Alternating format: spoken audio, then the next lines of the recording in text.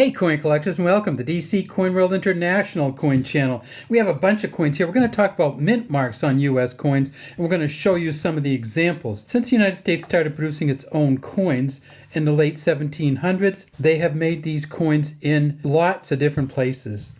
They've made coins in Denver, San Francisco, Carson City, Nevada, Charlotte, North Carolina, Dahlonega, Georgia, West Point Mint, the San Francisco Mint, the New Orleans Mint. So we're going to take a look at some of those mint marks, and we're going to talk to you about what they mean and how you can find them. So these two coins in the middle are some of our oldest coins. This is an 1847 dime, and you can see this is a seated Liberty dime right here. If we flip it over, you can see it says United States of America, 1 dime. On this coin, if there was a mint mark, it'd be right down here underneath this laurel wreath on the back. But there's no mint mark because in 1847 only one mint produced these coins, and that was the Philadelphia Mint. So when the coins first started coming out, there was only one mint, so they didn't put a mint mark on it because you knew it was Philadelphia because it was a US coin. It wasn't until 1838 that they opened up 3 additional mints. They opened up one in Charlotte, North Carolina, which would have had a C on the back, but they only produced gold coins. They opened one up in New Orleans, Louisiana, which almost only produced silver coins, and that would have been an O for New Orleans. And they opened up one in Dahlonega, Georgia. Dahlonega, Georgia had a U.S. mint, but they only produced gold coins also. They produced quarter eagles, which were worth $2.50 U.S., and half eagles, which at the time were worth $5 US, which presently are worth thousands of dollars US, if you can find one of those. So it was in 1847 and 1851. On this 1851 penny that we see right here, 1 cent coin, United States of America, the mint mark would be right down here, except you see that there's no mint mark, so again, a Philadelphia coin. Let's take a look at some of the other mint marks, though. Here's one here with a funny little thing on the bottom, and you can see it. If we magnify it way up, it's a C and a C. In 1870 they started minting silver coins at Carson City, Nevada, because most of the silver was coming from Montana, Nevada, and the western states, and they said, why don't we just get the silver in here, mint it here? And so this is a Carson City, Nevada. They stopped making them at Carson City, the CC mint marks, in 1893. And kind of an interesting note is that the old U.S. mint in Carson City is now the Nevada State Museum. They also made silver coins at the New Orleans Mint, and that would be the O here, the $1. And of course, silver is really expensive now. So these are very, very valuable coins just in silver value alone. And then if you get one that's in good shape like this, it's even more valuable. This is in 1896. The New Orleans Mint, they started making these coins in 1838. They stopped making them during the Civil War. Then they started making them again in the 1890s.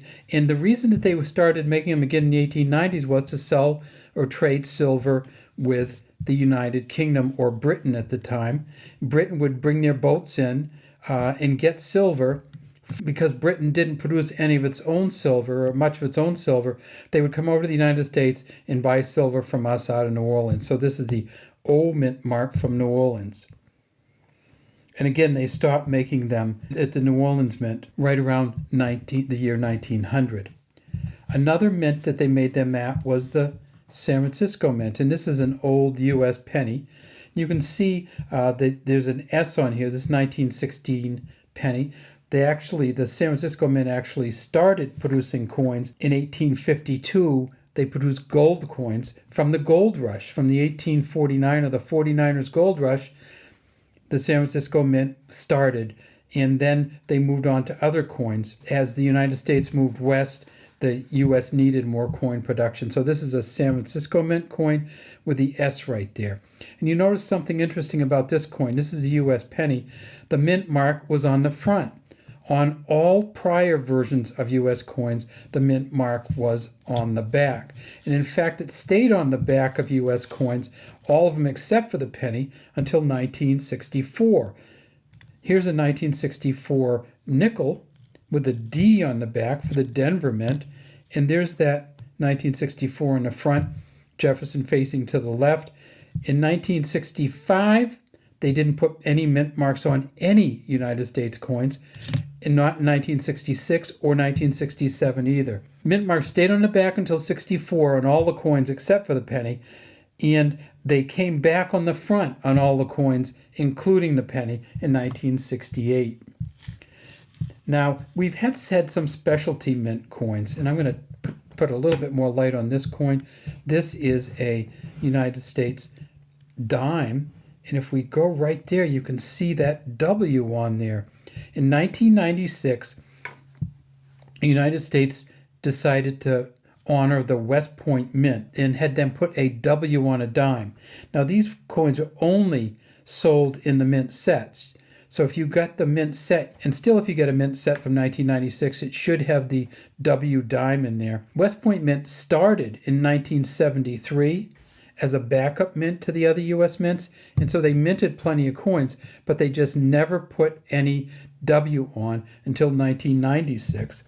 They also put the W on coins in the nickel in 2020, and they decided in 2019 and 2020 to put W mint marks on 10 million U.S. quarters and just send them out into general circulation. If you ever get the 2019 or 2020 quarters, look for that W mint mark on them, because those are very special and very rare. Another thing that the United States Mint did was made coins for different countries.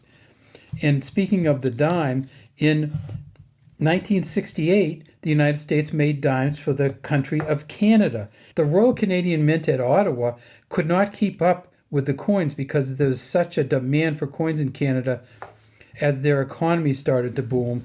They asked the United States to make some dimes, the 1968 dimes from Canada. Some of them were made at Philadelphia. There's no mint mark on those Canadian dimes, and they're not the regular dimes. Since 1964, the U.S. dimes have been a copper-nickel sandwich. Copper-nickel coating on the outside, fully copper on the inside. In Canada, the Canadian dimes that the Philadelphia Mint made were all nickel. So if you find one of those Canadian dimes from 1968, you can actually look on the side of it, and you can tell from the side whether it was made in Canada or made in Philadelphia, but there won't be a Philadelphia mint mark on it. And the United States actually has a mint, or had a mint, where they made coins outside of this country. Here's one here. This is the United States of America. It says 1930. You see there's an M there, and it looks funny, like you've never seen this coin before, and that's because it's the 5 centavos coin from the Philippines. In 1930, the Philippines was a colony of the United States, and the United States made its coins. So this is a nickel coin, and it was made at the Manila Mint, a branch of the United States Mint. And in addition to Canada and the Philippines, the United States also made coins for Australia in World War II. And if you see those, some of the World War II Australian coins have an S on them, and that's for the San Francisco Mint. All right, so we have our M mint mark here. There's our S mint mark. Here's our plain one from Philadelphia, no mint mark. Here's the Carson City mint mark, the New Orleans mint mark,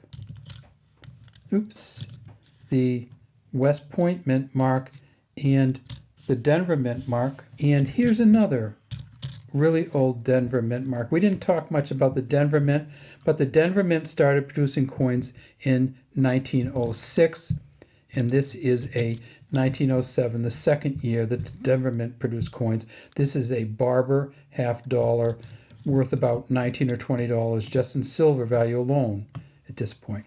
All right, that's all we have from DC Coin World International Coin Channel. We'd love to have you subscribe to our channel and leave any comments you have in the comment section.